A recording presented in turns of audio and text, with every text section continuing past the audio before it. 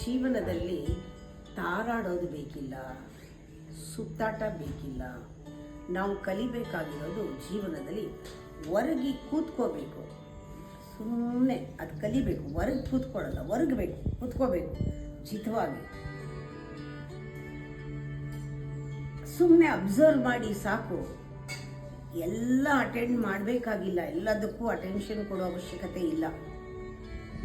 ಅದಕ್ಕೆ ಭಗವಂತನ ಪ್ರಾಪ್ತಿ ಆಗಬೇಕಾದ್ರೆ ಮೊದಲು ಸ್ವಲ್ಪ ಹೊತ್ತು ಬೆನ್ನನ್ನು ಒದಗಿಸಿ ಬೆನ್ನ ನೇರ ಇಟ್ಕೊಂಡು ಕೂತ್ಕೊಳ್ಳೋದನ್ನು ಅಭ್ಯಾಸ ಮಾಡಿ.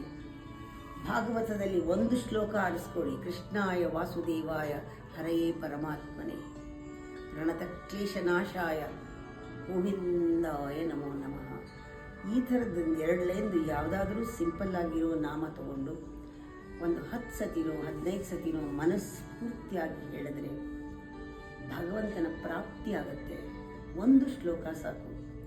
ಸಂಪೂರ್ಣವಾಗಿ ಬೆನ್ನನ್ನು ನೇರವಾಗಿ ಹೊರಕೊಂಡು ಯಾವುದರಲ್ಲೂ ಆಸಕ್ತಿ ಇಲ್ಲದೆ ಅಬ್ಸರ್ವ್ ಮಾಡಿ, ಹೊರಗಲ್ಲ ನಿಮ್ಮೊಳಗೆ. ಏನೂ ಅವಶ್ಯಕತೆ ಇಲ್ಲ ಹುಡ್ಕೊಂಡು ಹೋಗೋದು. ಯಾವುದಕ್ಕೂ ಅಟೆನ್ಷನ್ ಕೊಡೋ ಅವಶ್ಯಕತೆ ಅಷ್ಟೊಂದಿಲ್ಲ ಲೈಫಲ್ಲಿ.